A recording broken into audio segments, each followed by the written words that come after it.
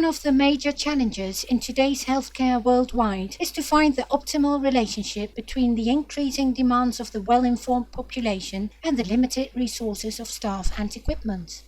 Healthcare in China is technology rather than patient-driven, but with a growing middle class who demands the kind of quality care that they have got used to in high-end private clinics. The Chinese health demand is increasing every year due to the growth of middle-class population, growing life expectancy, and the overall growth of the population.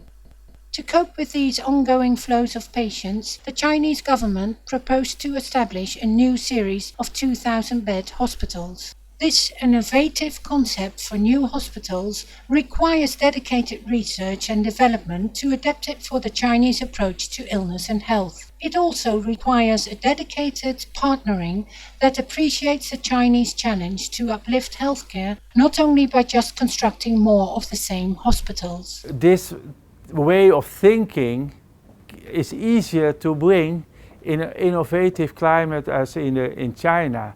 You must make a distinction in China in the metropolitan areas, as in Beijing, as in Shanghai, but on the rural area with long distances, there you can use this model supported by the internet, by IT.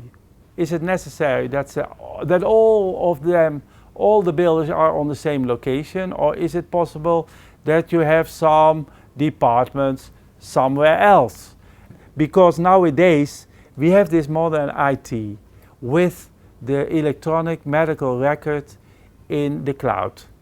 You do not speak in a physical hospital of 2,000 beds, but also you should look at this as a big organization, hospitals, teaching hospital for 600 beds, and then 1,400 beds in smaller rural areas, but they are all connected by the internet, are under the same board, and then you can create the department with more the chronic departments in the outpatient departments and the emergency services, well, in a central hospital. That are the ideas. And of course, if you plan such hospital, think about primary health care, because they are providing the patients to the hospital.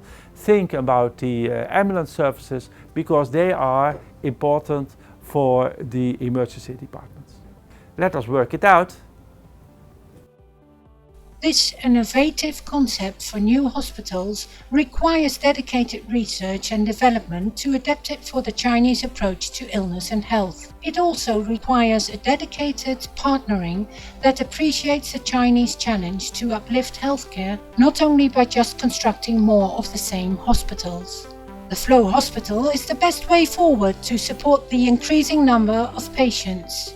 Are you challenged to become part of this exciting, innovative development?